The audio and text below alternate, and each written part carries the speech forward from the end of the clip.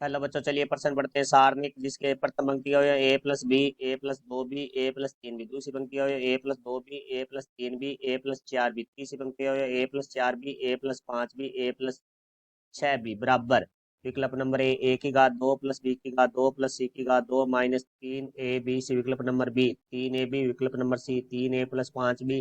विकल्प number D शून्य।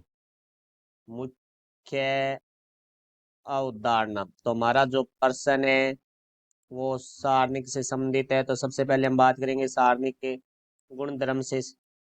देखो, यदि किसी सारणिक के दो पंक्ति या स्तंभ के सभी अवयव समान हो तो उस सारणिक का मान शून्य होता है। तो देखो, अब हमारे प्रश्न के बारे में बात करते हैं। तो अब हमें जो प्रश्न में सारणिक दी गई है उसको हम डेल से लिखते हैं। तो डेल बराबर हमारे पास सारणिक जो प्रथम पंक्ति का अवयव है वो है ए प्लस बी, ए प्लस दो बी, ए प्लस तीन बी। फिर अब हमारे जो दूसरी पंक्ति का अवयव है वो है ए प्लस दो बी, ए प्लस तीन बी, ए प्लस चार बी। अब हमारे जो चौथी पंक्ति के अवयव हैं वो है ए प्लस चार बी, ए प्लस पाँच बी, ए प्लस छः बी। तो देखो, अब यहाँ इसमें संक्रिया का प्रयोग करेंगे हम। तो संक्रिया लगाएंगे यहाँ। आर दो को परिवर्तित करेंगे, आर दो माइनस आर एक। और आर तीन को भी हम परिवर्तित करेंगे, आर तीन माइनस आर एक।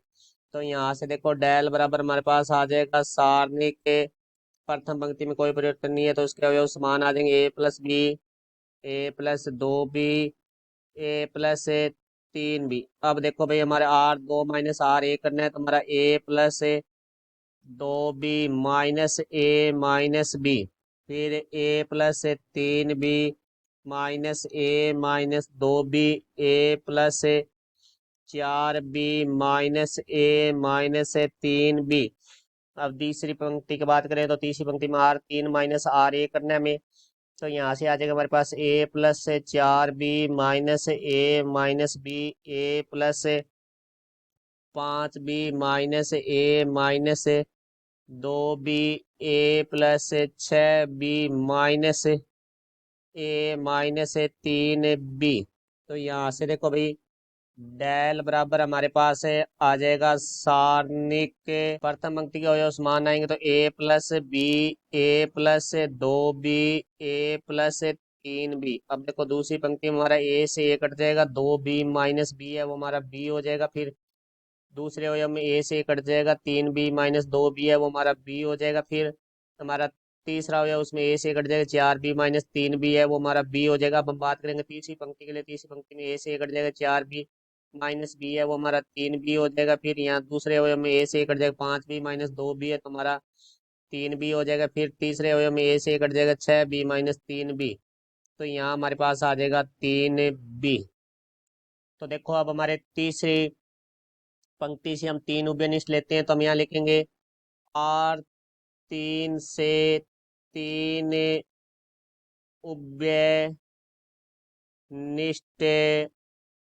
लेने पर। तो देखो डेल बराबर हमारे पास आ जाएगा, तीन उभयनिष्ठ ले लिया हमने। प्रथम पंक्ति के अवयव तो हमारे समान ही रहेंगे जो कि हमारे पास है ए प्लस बी, ए प्लस दो बी, ए प्लस तीन बी। दूसरी पंक्ति का अवयव हमारे पास है बी, बी, बी। और तीसरी पंक्ति में से हमने तीन उभयनिष्ठ ले लिया तो हमारे पास अवयव आ जाएंगे बी, बी, बी। तो यहाँ देखते हैं हमारे पास दो पंक्ति के अवयव समान है तो हमने मुख्य उदाहरण में लिखा है कि यदि दो पंक्तियों का अवयव समान होते हैं तो सारणी का मान शून्य होता है। तो यहाँ से डेल बराबर तीन गुणा शून्य। तो यहाँ से हमारे पास डेल बराबर आ गया शून्य। तो हमारे प्रश्न में दी गई सारणी का मान शून्य है, जो कि हमारा विकल्प नंबर है डी है। तुम्हारे प्रश्न का उत्तर है विकल्प नंबर डी। ये हमारे प्रश्न का उत्तर हुआ। मैं आशा करता हूँ समझ आया होगा। धन्यवाद।